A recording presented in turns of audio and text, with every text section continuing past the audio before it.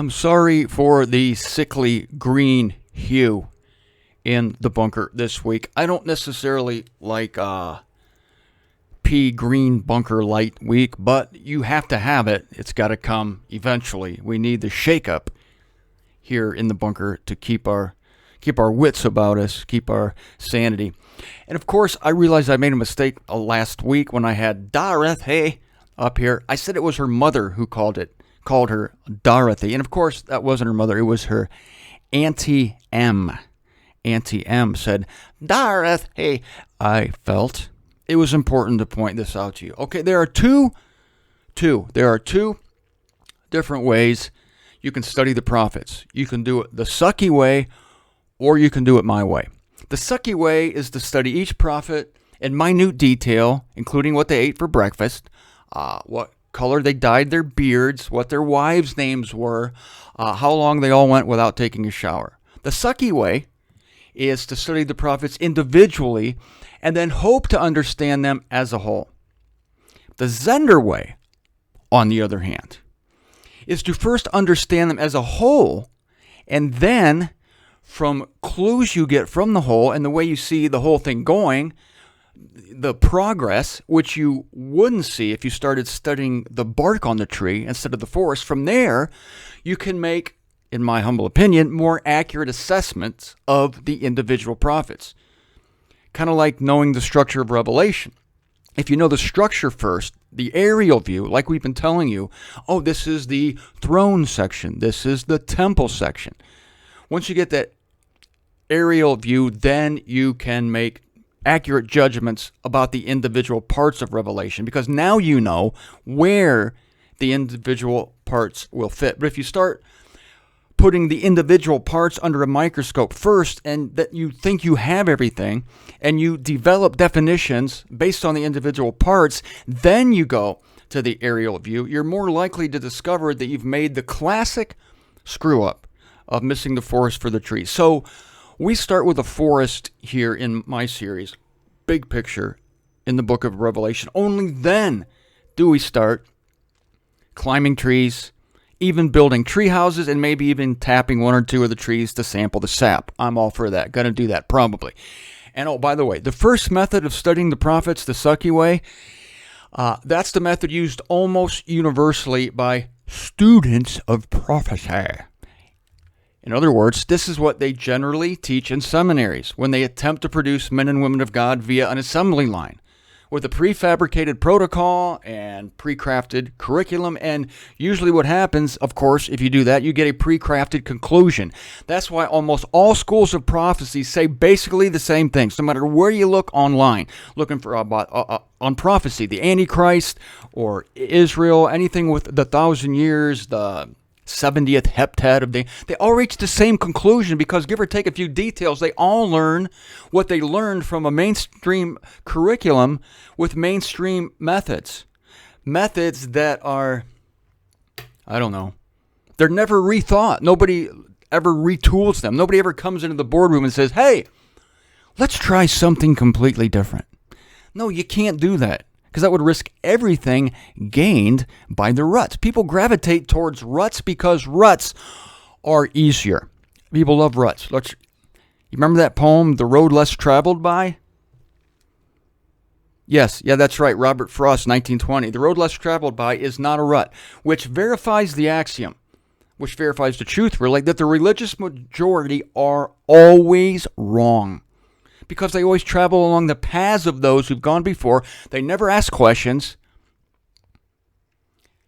even though the paths of those who have gone before may lead directly into mountains or over cliffs. Oh well, that's where you get the lemmings going over the cliff, over the cliff, over the cliff, over the cliff. We're not doing that here. No, sir. All right. The kingdom of Israel, the kingdom of David, split in the days of Rehoboam, who was the king after Solomon. It split into the 10-tribed house of Israel, which was also called Ephraim, name of one of Joseph's sons. It split into, the other side of that split was the house of Judah, and it consisted of 2 tribes, Benjamin and Levi.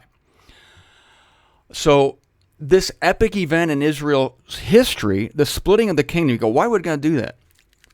Well, I don't know. Well, yes, I told you why I thought he did it in my Hebrew series on the remnant of Israel, the lost 10 tribes of Israel. But this laid the groundwork for all the prophecies concerning the kingdom, because before the exile, they saw different things. After the exile, everything's based on these exiles. And I don't know why. Israel's history is based on pre and post exile. It's always based on a bad thing, it seems.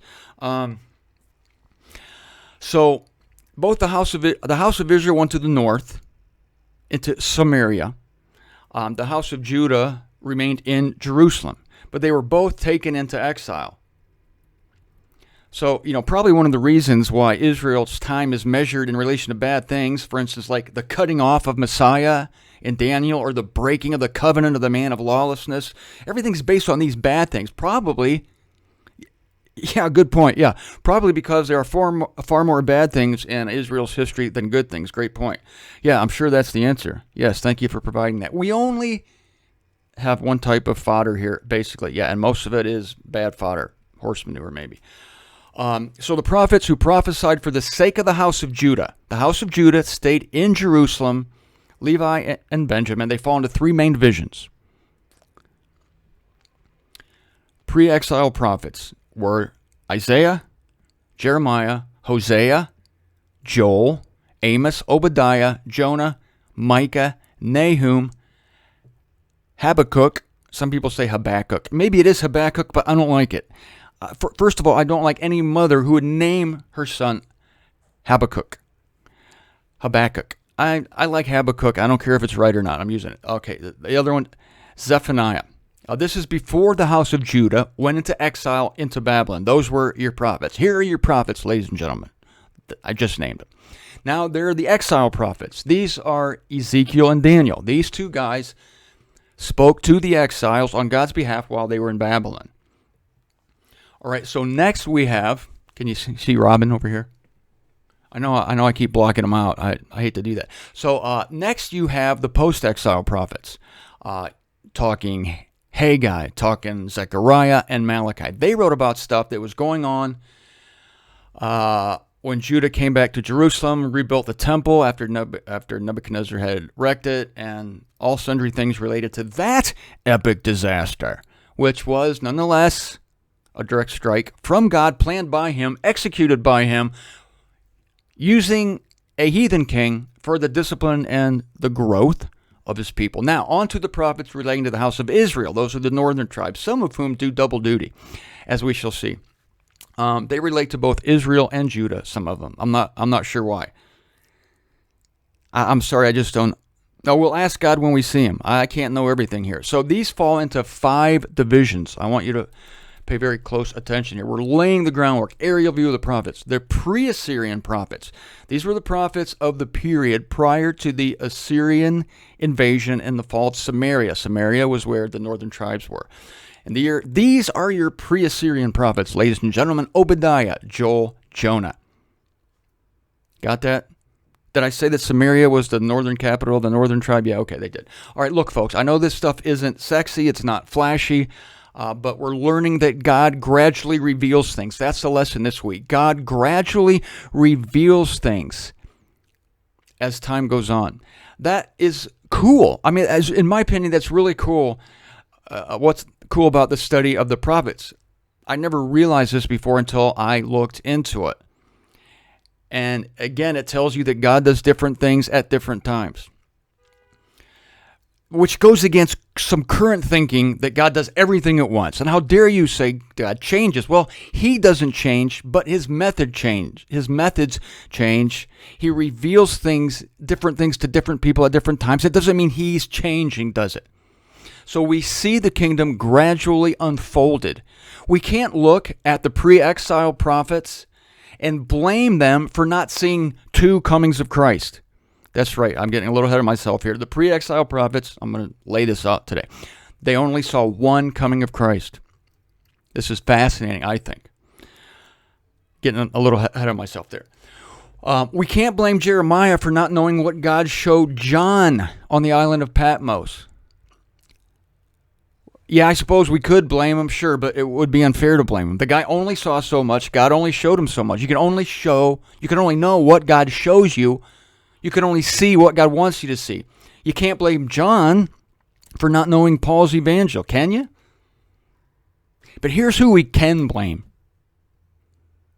We can blame people today for not even realizing that a literal kingdom is coming, or that the hopes and dreams of all Israelites will be literally realized, or that there is a birth pang that's going to bring this nation into the prophesied kingdom that every single prophet talked about. Why can we blame these people? Because we have before us the whole scope of prophecy. We have the privilege of seeing all these things, all these guys. And by the end of the week, I'm going to show you the entire progression of prophecy, the old aerial view thing. There's no excuse now, relatively speaking, for not knowing this. You're not Jeremiah. You're not that blind. Everybody thought, oh, Jeremiah, he was a big prophet. Yes, he was, and he saw things. But he was blind relatively compared to later revelation. You can't look at Jeremiah and John and see the same thing. You can't look at Ezekiel and Paul and say the same thing or see the same thing. Because these guys saw different things. They were very, very early. What did Adam know? He knew nothing. Oh, I wish I could live in the Garden of Eden. Shut up. You don't want to live in the Garden of Eden. You don't know anything. We have the privilege of seeing all these things.